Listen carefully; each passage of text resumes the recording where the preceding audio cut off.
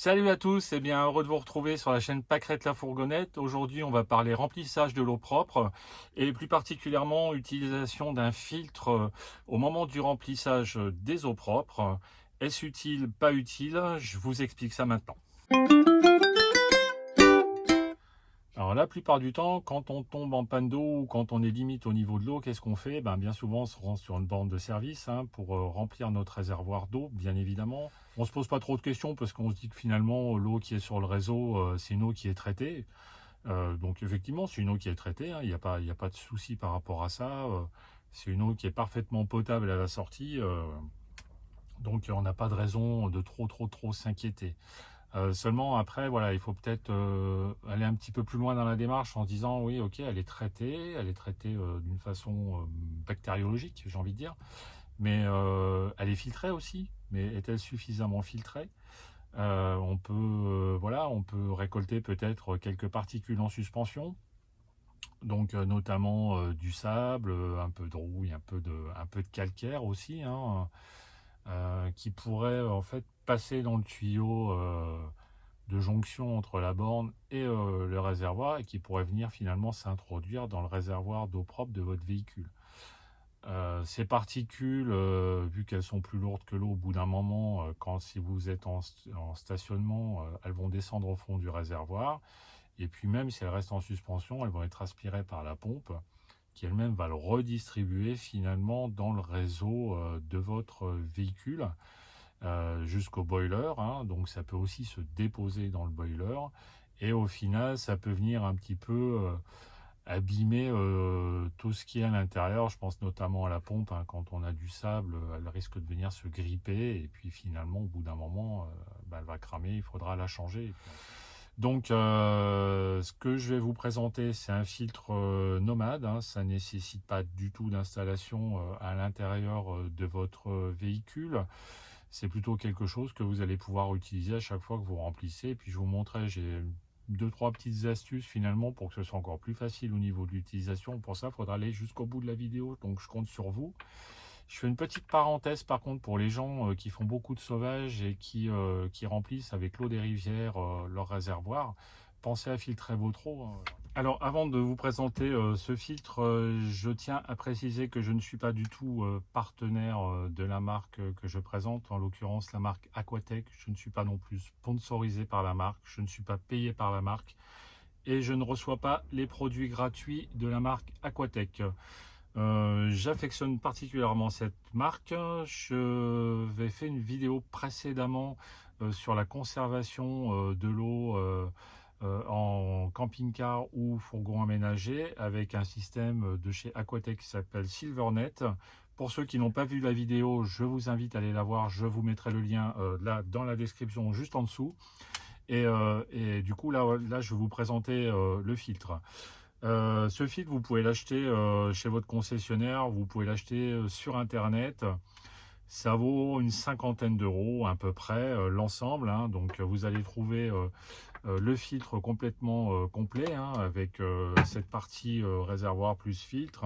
Vous avez une clé de démontage de filtre. Vous allez retrouver une plaque de fixation et les vis pour cette plaque de fixation. Donc sur ce filtre, il y a donc plusieurs choses à savoir. Vous avez donc un côté évidemment pour remplir ce filtre, hein, le côté in. Donc ça, c'est la partie que vous allez brancher sur l'arrivée d'eau, hein, c'est-à-dire sur le robinet du réseau, avec votre tuyau. Et ensuite, cette partie out, c'est la partie qui va être reliée directement à votre réservoir d'eau propre via un tuyau que vous allez mettre. Donc l'eau, en fait, va rentrer par ici, elle va être filtrée, elle va repartir par là. Tout simplement. C'est vraiment tout à fait simple et c'est mécanique, quoi. Vous avez donc cette fameuse clé pour démonter le filtre. Alors vous allez me dire pourquoi démonter le filtre. Alors déjà pour plusieurs raisons. Premièrement, vous pouvez très bien le nettoyer de temps en temps. Ça c'est la première chose. Puis vous allez surtout pouvoir le changer.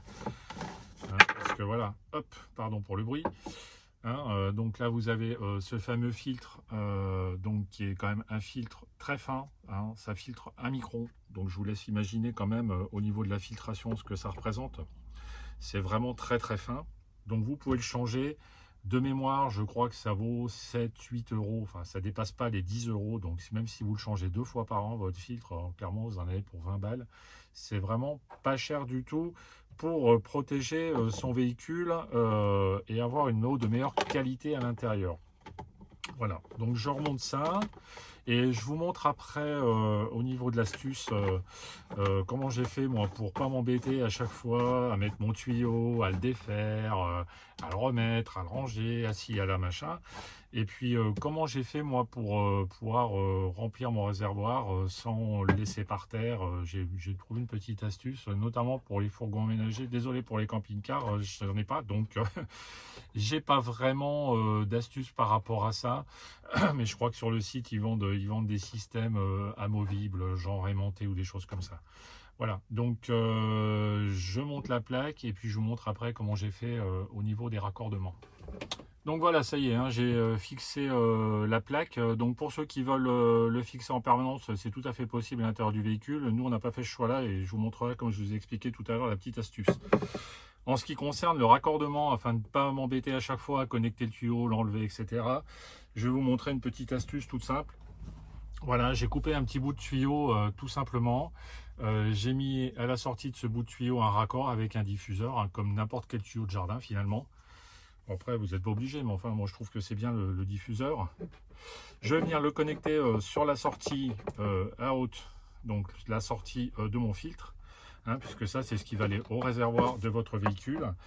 Et puis l'autre partie, en fait, je vais venir la connecter ici. Ce sera la partie où l'eau va rentrer, l'eau qui va arriver du réseau. Je n'ai plus qu'à serrer mes deux colliers ici. Chose que je vous précise, on ne trouve pas de prise mâle.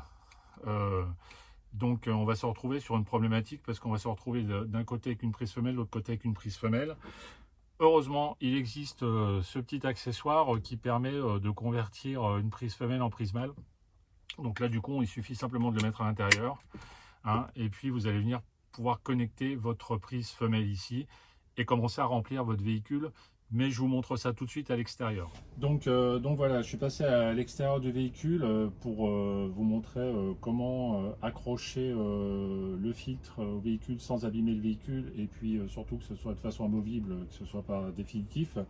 J'ai fabriqué moi une petite plaque en bois, je ne sais pas si vous voyez bien, avec 3 crochets. Cette petite plaque en bois, je vais venir en fait la poser simplement ici dans le rail, de façon à pouvoir accrocher mon filtre.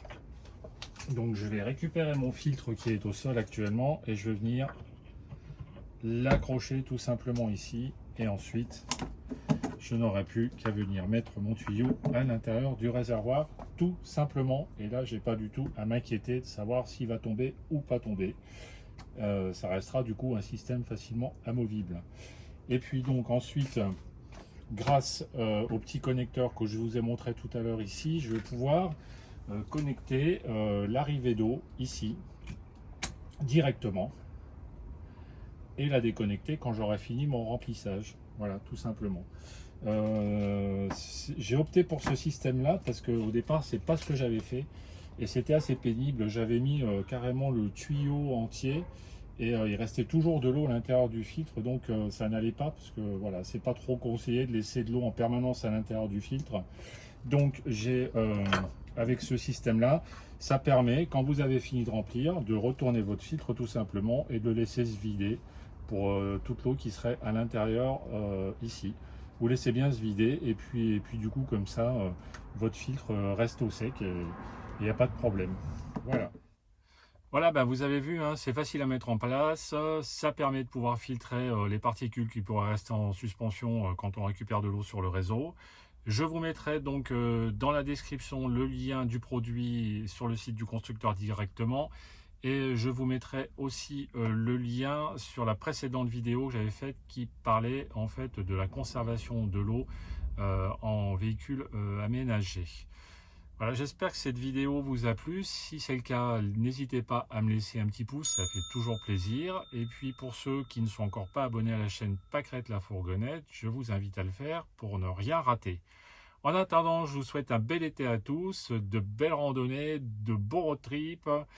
et de beaux spots. Profitez bien de ces belles vacances d'été. Et puis je vous dis à bientôt sur la chaîne Pâquerette la Fourgonnette pour un autre sujet. Ciao!